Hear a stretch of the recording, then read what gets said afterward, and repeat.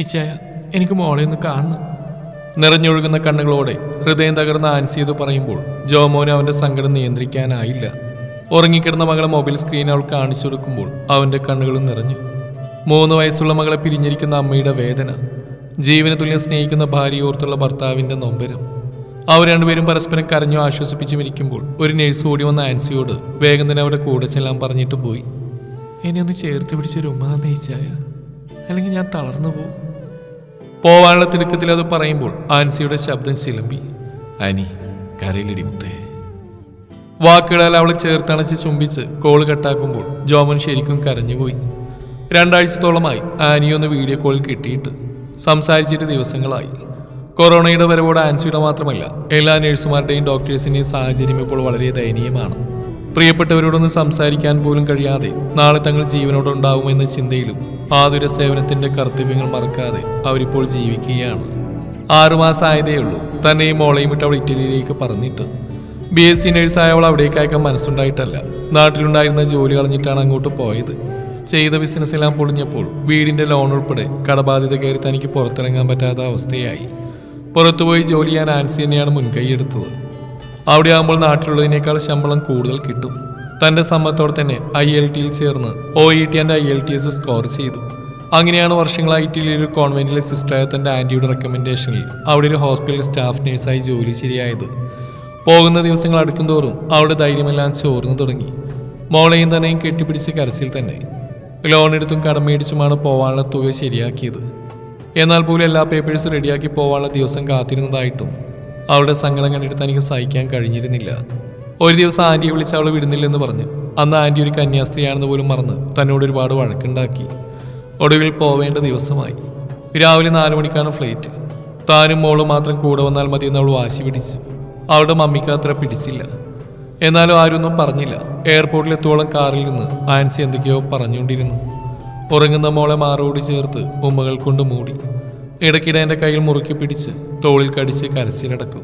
എന്തു പറഞ്ഞ അവൾ ആശ്വസിപ്പിക്കുമെന്നറിയാതെ താനപ്പോൾ ഏറെ വിഷമിച്ചു. എയർപോർട്ട് ലോഞ്ചിൽ നിന്ന് അകത്തേക്ക് കയറുന്നതിന് മുമ്പായി കുഞ്ഞിനെ അവൾ ഒരിക്കൽ കൂടി ഉമ്മ വെച്ച് ഉണർത്തി. ചിനുങ്ങിക്കരയുന്ന മോളെ തോളിലിട്ട് തലോടിയിട്ട് എൻ്റെ കൈകളിലേക്ക് ഏൽപ്പിച്ചു.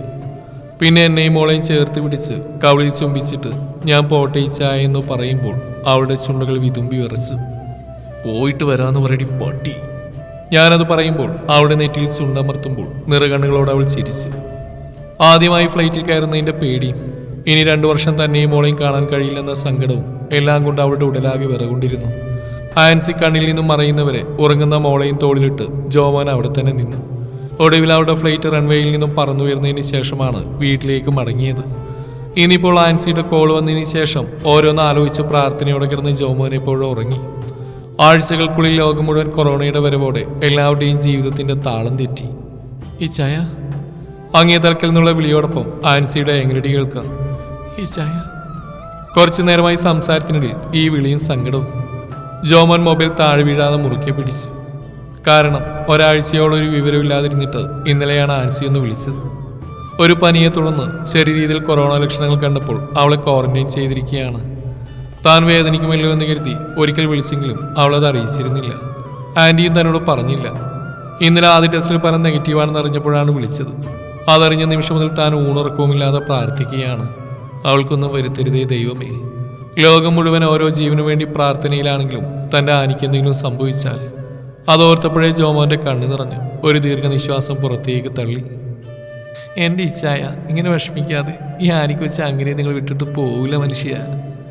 കുറച്ചു നേരമായി ജോമോന്റെ സംസാരം കേൾക്കാതായപ്പോൾ ആൻസിക്ക് മനസ്സിലായി തൻ്റെ ഇച്ചായൻ്റെ സങ്കടം. അതാണ് തമാശയോട് അങ്ങനെ പറഞ്ഞതും. പിന്നീട് എല്ലാ ദിവസവും പ്രിൻസി ജോമോനെ വിളിക്കുമായിരുന്നു.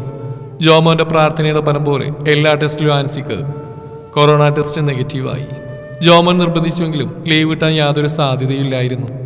ആൻറ്റിക്ക് ഹോസ്പിറ്റൽ ഹോൾഡുകൾ രക്ഷയായി. കുറേയേറെ മലയാളികളോടൊപ്പം ആൻസിക്ക് ഇന്ത്യൻ എംബസിയുടെ സഹായത്തോടെ നാട്ടിലേക്ക് വരാനുള്ള അനുമതി കിട്ടി. എയർപോർട്ടിൽ കാത്തിരുന്ന ജോമോന് നിരാശയായിരുന്നു ഫലം. ആൻസി വീണ്ടും 2 ആഴ്ചത്തേക്ക് ക്വാറന്റൈൻ ചെയ്യപ്പെട്ടു. വീണ്ടും പ്രാർത്ഥനയോടെയുള്ള കാത്തിരിപ്പിന്റെ ദിനങ്ങൾ. ഒടുവിൽ നിരീക്ഷണ കാലയളവ് കഴിഞ്ഞു തനിക്ക് രോഗബാധയില്ലെന്നറിഞ്ഞ് പുറത്തേക്ക് വന്നപ്പോൾ ആൻസിയെ നെഞ്ചിൽ ചേർത്തുന്ന പൊട്ടിക്കരാൻ വെമ്പൽ കൊള്ളുന്ന മനസ്സുമായി ജോമോൻ അവിടെ ഉണ്ടായിരുന്നു. ഇതുപോലെ എത്രയെത്ര ഭർത്താക്കന്മാർ, എത്രയോ ഭാര്യമാർ, മാതാപിതാക്കൾ, മക്കൾ, സഹോദരങ്ങൾ, സുഹൃത്തുക്കൾ, കൊറോണ സമയത്ത് തങ്ങളുടെ പ്രിയപ്പെട്ട വരവിനായി